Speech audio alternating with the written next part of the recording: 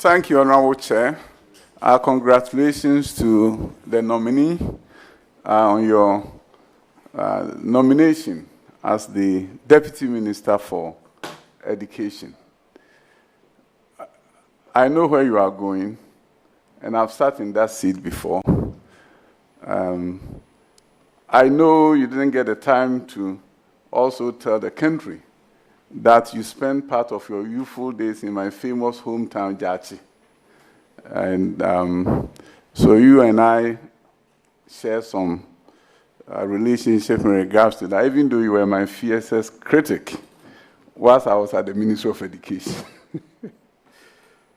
Honorable nominee, Honorable Chair, I'll be grateful if the nominee can speak to us about the state of STEM education in Ghana today. Thank you, Chair. Thank you, Mr. Chairman. Mr. Chairman, the honorable member is right. Indeed, I did spend some time in Jachi, and I attended Jachi Anglican Primary School. I must put that on record. Mr. Chairman, STEM is the future. STEM is an abbreviation that stands for the study of science, technology, engineering, and mathematics. Indeed, STEM education in Ghana is in progress. Clearly, the previous government had done some good work in that area. As a member of the Education Committee in both the 7th and 8th parliaments, I have sat through meetings and presentations and have participated in the approval of facilities aimed at promoting STEM education. The Chairman, as we speak, I am aware that we currently have 10 STEM schools at various levels of completion. My briefing informs me that one has been completed and indeed is operational. If we are to make progress as a nation and to take advantage of and to prepare the future of this nation, which is our wards, our children, to participate fully in the 4th industrial revolution, we must continue to invest in STEM and to expand facilities to ensure that every Ghanaian child benefits from STEM education. Thank you, Mr. Chairman.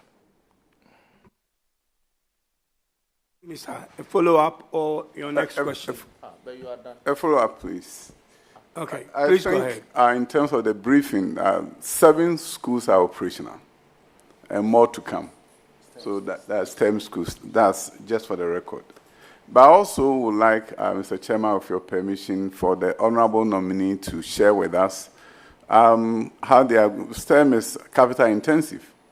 How is he going to support his minister in terms of mobilizing resources to make sure that the STEM agenda will continue? Thank you, Mr. Chair. Most grateful, Mr. Chairman. Indeed, my minister has already made a number of significant public statements with regards to the educational sector, and in particular, his willingness and readiness to build on what has been bequeathed to us by the previous government. Clearly, STEM is a capital-intensive endeavor. And we cannot rely on only government or public resources if we want to succeed in the manner in which we all anticipate. So if my minister was to seek my opinion, I would suggest that in addition to mobilizing local resources, we reached out to bilateral and multilateral partners, as well as donor organizations to support the effort. I know, for example, that the MasterCard Foundation has played a significant role in supporting the government and the Ministry of Education, and I think we can shop around for similar organizations and institutions to support our effort to promote and perhaps mainstream STEM education. I'm grateful. Honorable Former Minister, before you go on to your second question, would you please let me allow Honorable Roxon to do a follow-up on your question? Thank you. Honorable Roxon, please go ahead. Thank you, Chairman. Now, Dr. Park, the concept of STEM schools, is it new?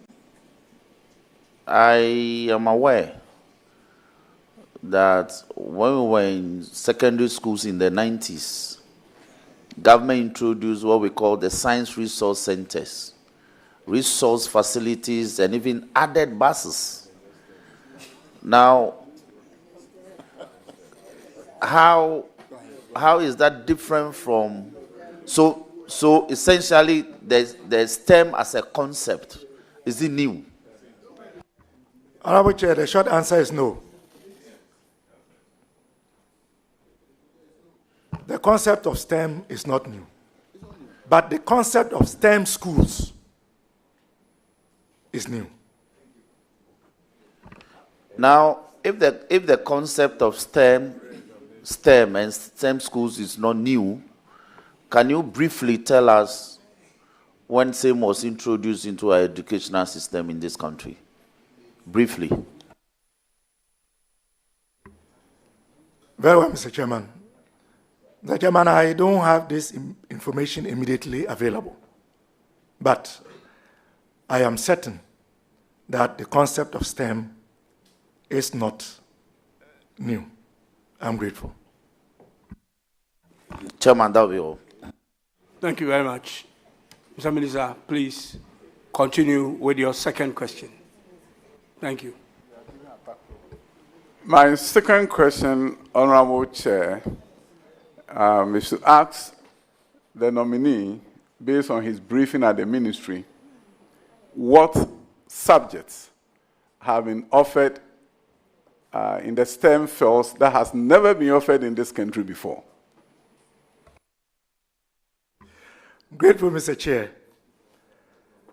Indeed, I have become aware, both as a member of the Education Committee of the 7th and 8th Parliaments, and from the briefing, that a number of subjects have been introduced, and they include biomedical engineering, aeronautics engineering, manufacturing, agricultural science, and I believe,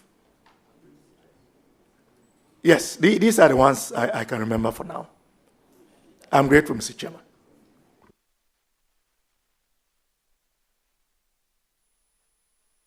Please, you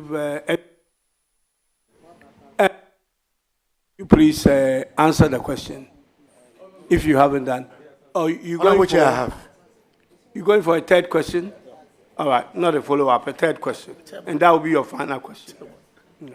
Please go ahead. Honorable Chair, thank you for the opportunity.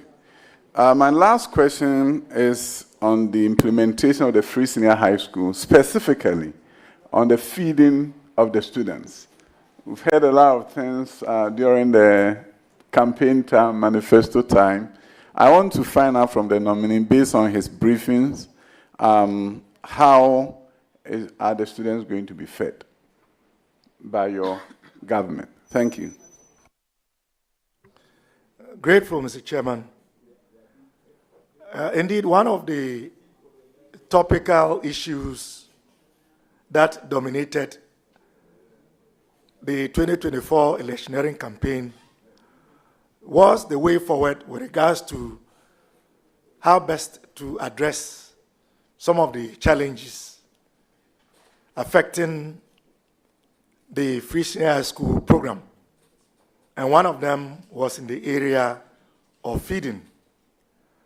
The Chairman, as I speak, the current arrangement, which is temporary. I say temporary because the John Dramani Mahama-led government is yet to present a budget.